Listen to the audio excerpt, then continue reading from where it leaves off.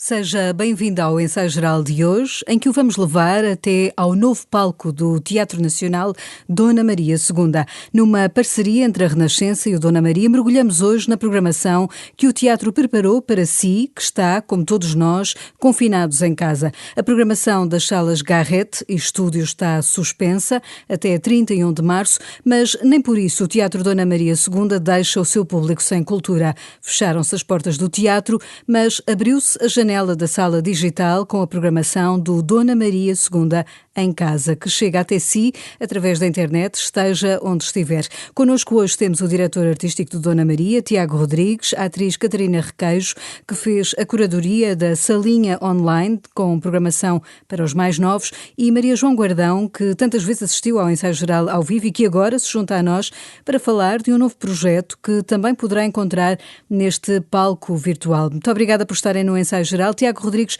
comece por si. Como é que se reinventa o teatro neste palco digital da internet? Tem em cena as peças carta até esta sexta-feira, fake, e terão também a partir de hoje, sexta-feira, o Última Hora. É uma oportunidade, Tiago, para quem não teve o privilégio de ir à sala poder assistir, se calhar no sofá de casa, a estas peças? Muito obrigado pelo convite para estar aqui convosco. Esta programação online, este Dona Maria II em casa, é naturalmente uma resposta de emergência ao confinamento que estamos a viver, já com uma aprendizagem, com a resposta também de emergência que demos a partir de março, quando tivemos que encerrar o teatro pela primeira vez. Recorremos agora novamente à nossa sala online, que nunca passou a estar completamente inativa, tem estado a existir, o nosso trabalho online não desapareceu completamente, mas é verdade que agora ganhou novo fôlego, inevitavelmente, para fazer face ao confinamento. Por um lado, queremos manter um serviço público mínimo de teatro e a ligação com o público, mas também sabemos e aprendemos no primeiro confinamento que há um público que pode aceder não à experiência teatral, porque sabemos que a programação online não substitui a Assembleia Humana do Teatro e a experiência de ser espectador em sala ou em qualquer espaço ao vivo, de partilhar a presença com outros espectadores e artistas, mas de manter pelo menos uma memória ou uma promessa de teatro nas suas vidas, e também de uma forma que é muito democrática, no sentido em que espectadores que estão longe geograficamente do Teatro Nacional, ou às vezes longe sem ser geograficamente, que vivem, por exemplo, em Lisboa, mas que por causa da idade que têm ou de alguma condição não podem ir regularmente ao Rossio, ao Teatro Nacional, têm a oportunidade, essas pessoas, mesmo também fora de Portugal, de se ligar àquilo que é a atividade, àquilo que são as ideias, àquilo que são os artistas que laboram normalmente no Teatro Nacional Dona Maria II, e isso tem sido uma felicidade, e vemos que os muitos Tiago, milhares... É importante também percebermos, desta vez há uma espécie de bilhete simbólico de 3 euros.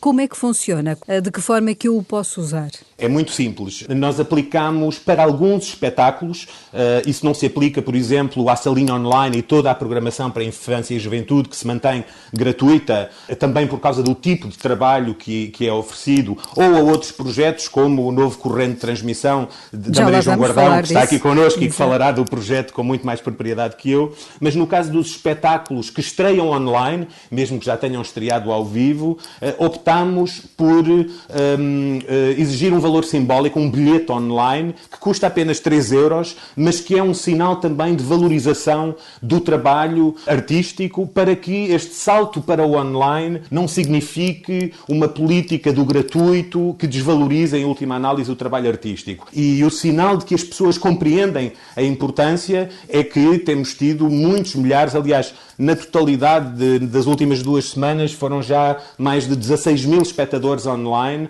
que tivemos, e portanto há uma grande adesão a esta iniciativa. E é muito fácil, é só ir ao site do Dona Maria, tndm.pt, e imediatamente pode clicar para comprar o bilhete. Esse bilhete é válido durante 15 dias, e a partir do momento que é ativado, é como se entrasse na sala de teatro, tem um tempo determinado durante o qual pode ver o espetáculo, e que é o tempo de validade do bilhete. Enquanto não acionar o bilhete, esse bilhete é válido durante o tempo em que o espetáculo está disponível, que normalmente são 15 dias. Cada sexta-feira há uma estreia, faz carreira durante 15 dias, e os bilhetes podem ser utilizados durante esse período. E esta sexta-feira é a peça Última Hora. O Dona Maria pensou também, precisamente, programação para os mais novos, abriu essa salinha online com 20 histórias que são contadas, Catarina Requeiros, pelos artistas, também a partir das suas próprias casas. São histórias para desconfinar a imaginação dos mais novos? São histórias para manter a imaginação a funcionar, acho eu. Acho que a preocupação aqui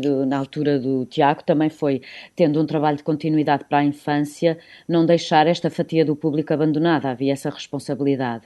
Esta curadoria não foi feita só por mim, foi por mim e pela Manuela Pedroso, e a preocupação que tivemos na altura foi escolher 20 histórias de autores muito diversos, onde cabem histórias tradicionais portuguesas, histórias de autores estrangeiros como Tim Bolley ou Oliver Jeffers, histórias de autores lusófonos como Miyakoto, José Eduardo Agualusa, em que depois foram entregues a um conjunto de atores que na altura estavam a colaborar, a trabalhar no Dona Maria e que tiveram total liberdade na forma como se apropriaram das histórias.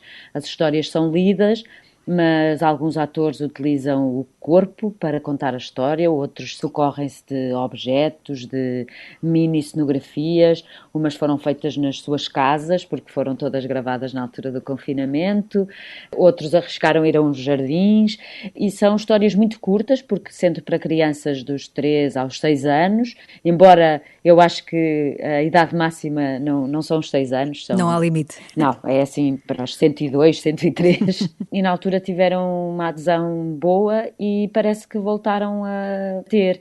E também são uma ferramenta que pode não ser utilizada só pelas famílias, mas também pelas educadoras e professoras do primeiro ciclo, que neste momento também estão a braços com a tarefa de mobilizar as crianças num regime de ensino à distância e que se podem socorrer destas histórias que depois podem ser trabalhadas de várias formas. Contar uma história é um ato ancestral e que normalmente funciona em todas as idades, mas também podem ser aproveitadas depois para refletir sobre temas que são abordados. Tudo isto é gratuito. Também gratuito é o outro projeto, a corrente de transmissão, pensado pela Maria João Guardão. É um conteúdo, digamos assim, que está no YouTube do Teatro de Dona Maria II, que nos leva um pouco para a intimidade da conversa entre duas pessoas do teatro. Por exemplo, a Sara Barros Leitão e a Cristina Vidal, a ponto do Dona Maria, confessam nervosismo, por exemplo, quando entram em palco. São diálogos, digamos, algo informais, Maria João? São conversas que abrem ao público algo que está normalmente invisível no teatro, mas que, na verdade, espelham aquilo que acontece todos os dias no teatro, que é essa transmissão de saberes, de experiências e de histórias entre diversas gerações, entre atrizes, atores, claro, mas também em outras valências que são mais de bastidores e que, portanto, não estão tão acessíveis ao público normalmente, na produção, na maquinaria, no guarda-roupa, enfim, são protagonistas dessas áreas que nós queremos trazer a estas conversas, que são outra maneira de manter o teatro aberto. Já lá estão duas conversas. Que conversas são essas? E a cada domingo há uma nova, portanto, o que é que vamos poder ver, ouvir este domingo? A cada domingo há uma nova. Começámos com o José Neves e com a Carolina Passos Sousa, ator do elenco e uma das atrizes estagiárias que recentemente estiveram no Dona Maria. Depois tivemos a Cristina Vidal e a Sara Barros Leitão, que tiveram uma conversa absolutamente deliciosa, enfim, como ambas têm sido até agora, cheias de histórias e desse património que é tão precioso, que está no corpo daqueles que fazem o teatro e que nós, muitas vezes, espectadores, não fazemos ideia. A história de nervosismo, nós adivinhamos isso, mas, ao mesmo tempo, não fazemos ideia do sofrimento e do prazer de que falaram a Cristina e a Sara, que está sempre presente em palco a cada nova estreia. Na próxima corrente de transmissão vamos ter a Carla Ruiz e a Carolina Vilaverde. A Carla é a diretora de produção do Dona Maria. A Carolina divide-se entre 3 áreas, também na produção, nas relações externas e frente de casa e na direção de cena, e ambas trazem também não só o saber das suas profissões, que também que normalmente estão mais afastadas do público, não é? Estão mais nos bastidores, mas também histórias deliciosas, como a Catarina estava a falar dos vários projetos do Boca Aberta, e eu lembro-me que a Carolina contou uma história fantástica de como numa das edições do Boca Aberta, num espetáculo que foi a uma escola, uma das crianças estava muito reticente em ir assistir ao espetáculo, e depois foi exatamente essa a criança que não queria sair da sala, que não queria que o espetáculo acabasse, e ficou completamente apanhado pela magia do teatro. E isso são coisas preciosíssimas. Não vamos revelar tudo, até para irmos ver no domingo. Tiago Rodrigues, passou quase um ano sobre esta pandemia que nos tem alterado as vidas. O Teatro Nacional, de facto, foi encontrando fórmulas para manter essa sua missão pública, de que falava há pouco. Imagino que isto tudo seja para um programador, um quebra-cabeças, não saber se o espetáculo está para estrear, no dia a seguir vai ter que parar. Como é que o mundo da cultura pode viver sem esta perspectiva do futuro do amanhã? Bom, em primeiro lugar, a situação na área da cultura, das artes, do teatro, é uma situação muito, muito difícil, eu diria mesmo catastrófica, sem correr o risco de exagerar. Não apenas por virtude de uma pandemia que condena esta área a ser uma das áreas mais gravemente afetadas. Os estudos todos indicam que mais afetada, por exemplo, do que o turismo ou que a restauração, não apenas a nível nacional e europeu, mas a nível global, e, portanto, também afetada pelos apoios frágeis e tardios, embora haja melhorias, mas ainda assim francamente insuficientes da parte do Estado, aquilo que é um setor também já cronicamente fragilizado. E, portanto, o diagnóstico é sombrio. Do ponto de vista pessoal, como diretor artístico do Teatro Nacional, obviamente que falo de uma situação de privilégio, e a última coisa que vão ouvir-me é queixas. Não ouvirão queixar-me porque, em primeiro lugar, tenho a oportunidade de estar a trabalhar com uma equipa absolutamente extraordinária que tem feito muito mais do que deve para conseguir manter a ligação com o público, mas também para um outro serviço público fundamental, que me parece talvez o maior serviço público que um teatro encerrado, um teatro financiado pelos impostos dos portugueses, um teatro nacional e histórico, pode prestar, que é o de se solidarizar com os artistas, técnicos, companhias independentes, com os trabalhadores do teatro e garantir que esses trabalhadores têm o mínimo de subsistência, que os compromissos financeiros com eles são honrados, para que no futuro exista teatro assim que possamos reabrir as portas. E, portanto, há uma lógica de solidariedade, eu diria quase imoderada, que temos tentado praticar e que temos tentado também que seja um exemplo para a forma de estar neste momento, porque me parece que já concluímos todos que a solidariedade entre cidadãos, entre instituições, neste momento é absolutamente fundamental para podermos construir um futuro juntos e fazer teatro, em última análise, também é isso, é a possibilidade de propor futuros alternativos, presentes alternativos, países alternativos e, portanto, compete-nos não só fazê-lo com a criatividade, que esse sim é o coração da nossa atividade, com a invenção artística, mas também é fundamental fazê-lo com a prática diária, cotidiana e, neste caso, com o exercício de solidariedade. Catarina Requeijo, e que desafio é que esta pandemia veio colocar, sobretudo às crianças, que de repente ficaram fechadas em casa, deixaram de brincar com os amigos, de pular no parque infantil. A Catarina está, de facto, muito habituada a trabalhar para este público. Que desafio é que levanta para este público infantil este momento também que vivemos? Eu acho que só vamos saber isso a posteriori, mas há vários especialistas a alertarem para problemas de saúde mental na população em geral e também nas crianças, não é? Já ouvimos vários pediatras falarem de crianças com ataques de pânico, a viverem alguma ansiedade. Eu noto isso também, eu sou mãe, também noto que que esse problema existe e varia de criança para criança e de idade para idade.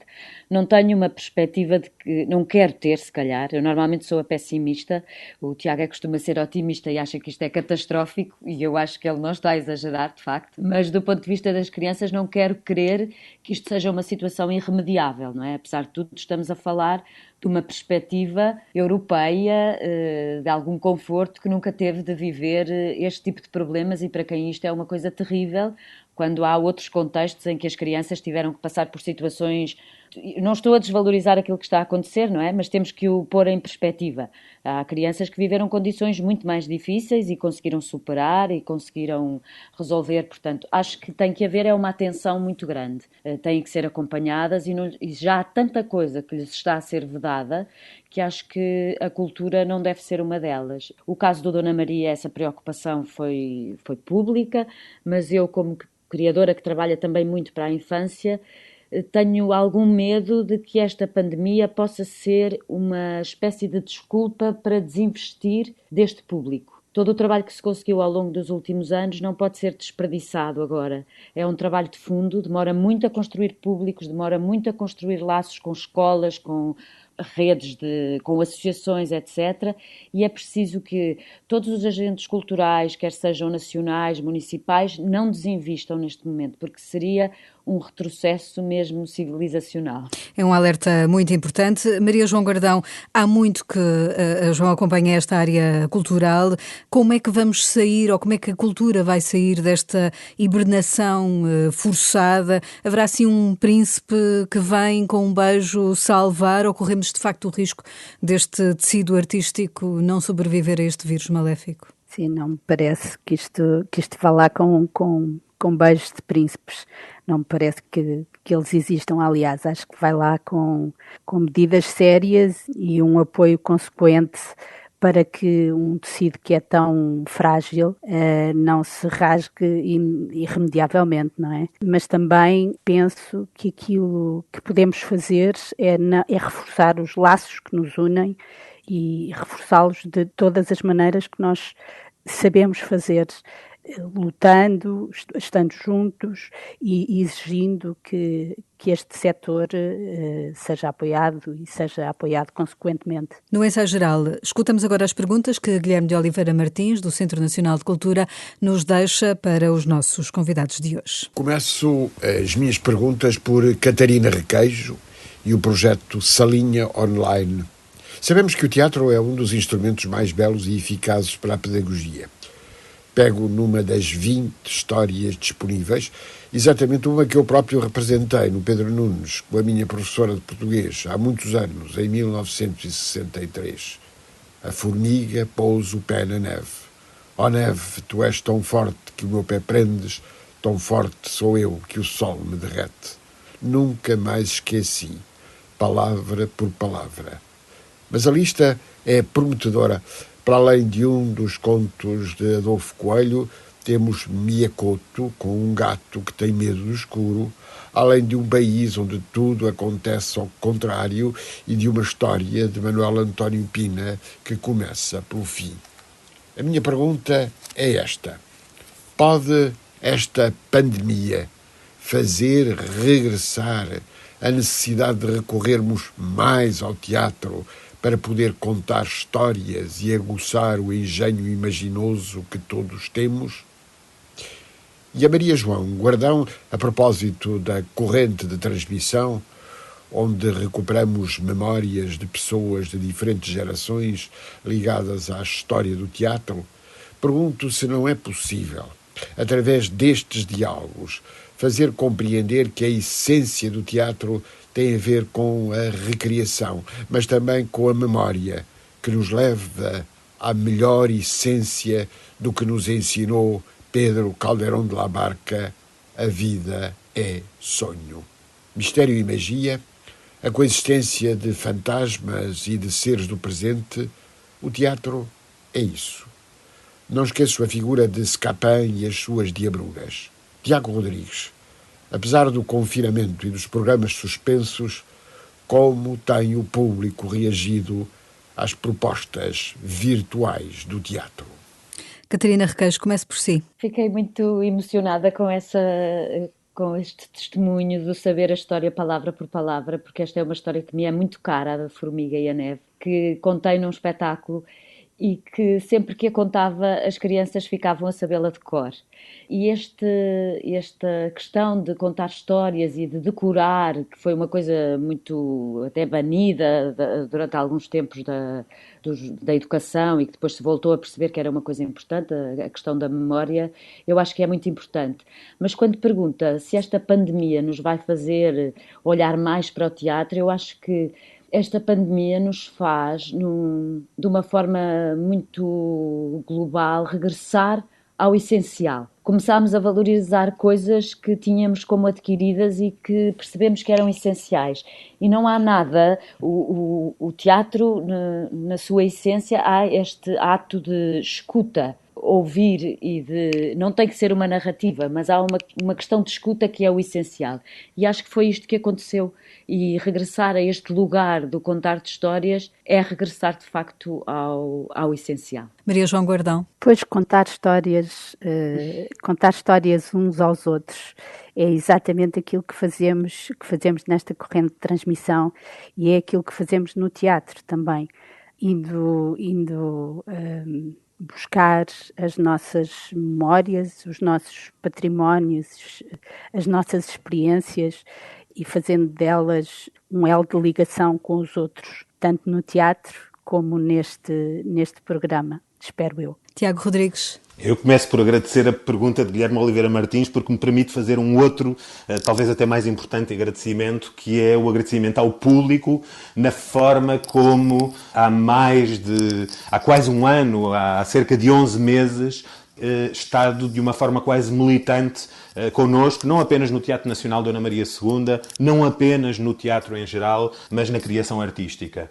O que sentimos na primeira pandemia e voltamos a sentir agora é uma grande adesão das pessoas à ferramenta virtual, não porque considerem que é mais cómoda ou que é a única alternativa, mas também porque sabem que estão a contribuir para que nós não nos esqueçamos que o teatro, neste caso, tem um lugar importante nas suas vidas. E eu vi, por exemplo, o Daniel Sampaio dizer a certa altura, o ano passado, que 2020 foi um ano em que os portugueses se relembraram da importância das artes na sua saúde mental e que houve a prova acabada, palpável, que às vezes nos falta, desse lugar central que as artes têm para o nosso cotidiano e para a nossa saúde mental, física. E também, por outro lado, este agradecimento ao público é uma expressão da forma ávida como o público regressou aos teatros. Quando eles puderam reabrir as salas de espetáculos em junho do ano passado, o que nós reparámos foi uma adesão militante que não passava apenas pela avidez, por saciar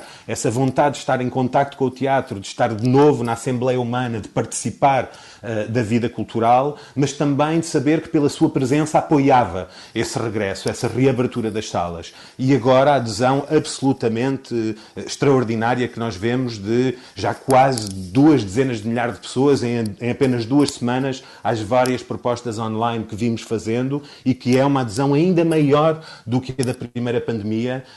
Este é obviamente motivo para um agradecimento ao público e o reconhecimento de que, embora eu acho que o mantra da crise ser sempre uma oportunidade é um mantra neoliberal horrível ao qual eu sou alérgico, apesar de tudo, 2020 servir-nos-á, quando for só uma memória que possamos recordar com maior tranquilidade daqui a uns anos, será também esse ano em que tivermos, talvez alguns de nós, talvez uma geração, o momento vivido em que foi mais palpável a falta que faz o teatro, a criação artística na vida das pessoas.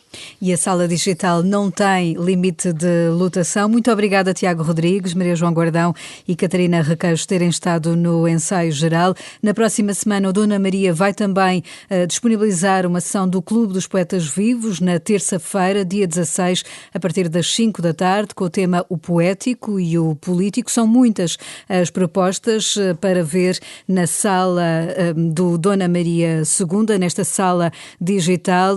Deixamos aqui estas propostas neste programa que teve assistência técnica de Carlos Vermelho, porque a cultura não para. Marcamos encontro de hoje a 8 dias para uma nova edição do Ensaio Geral. Até lá, boa noite e bom fim de semana.